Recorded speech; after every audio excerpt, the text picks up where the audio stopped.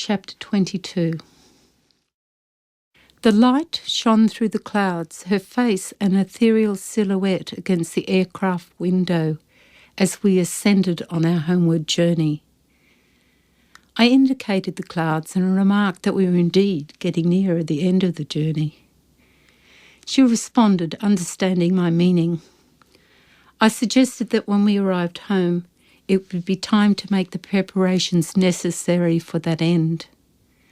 I would purchase a will kit, and she set about listening to whom her precious things should be given.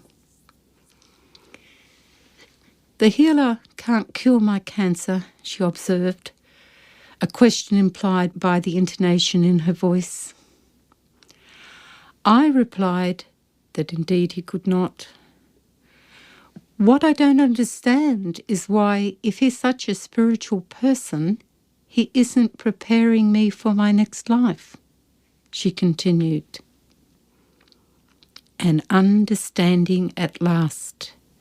An understanding of that journey which we were on together. What more could I give her? I suggested that she needed someone else to do the healing, someone to guide and support her through the time ahead. I knew how much comfort the healing afforded her, and we needed all the help we could get. She knew who to ask. It would be Annie, a protégée of the healer's, who had attended her previously in his company. Annie had worked with Julie at the airport and was connected also through Julie's association with the local Indigenous people. Apparently, it had been Annie who had sent the healer in the first instance. I asked if she would like to see our parish priest, but she declined, claiming that she had nothing to say to him. It was a solemn journey, accompanied by intense physical pain, and the strain on her face was clearly visible. I put her straight to bed the moment we arrived at her house, expecting she would dissolve into sleep. But I could not have been more wrong. The girlfriends arrived, complete with children, and her agony was transformed by their presence.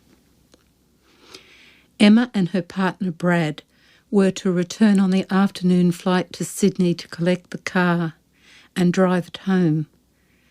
But they discovered at the airport that there was the usual complication of a booking that had gone wrong, and the airline computers had apparently stalled, and they were forced to pay another fare for the following day.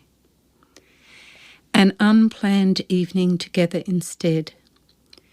It was still raining when they arrived in Sydney to a train strike, but they found the right wine for Jim in the unfamiliar city and had at least the opportunity to meet Jim and Bernadette, who afforded them the same hospitality that Julia and I had received. Jim with the car serviced and warmed, ready for their early morning departure. Ella returned to my home with me to take up residence in the comfort of her own bedroom. It was good to be home, but there was still that unsettling feeling that life could not return to what it had been.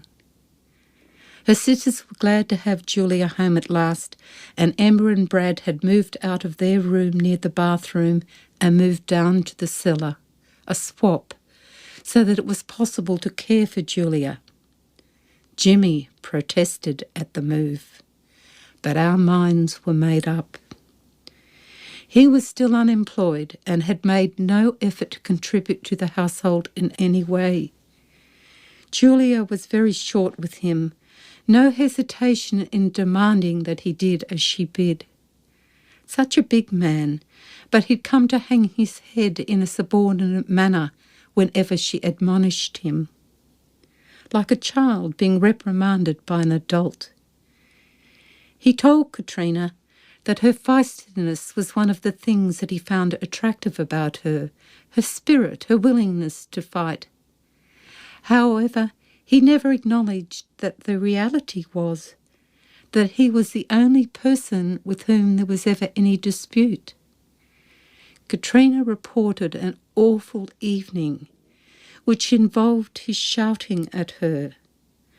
The household had listened in horror, but had come to the conclusion that Julie accepted the behaviour because it made her feel alive, a part of life.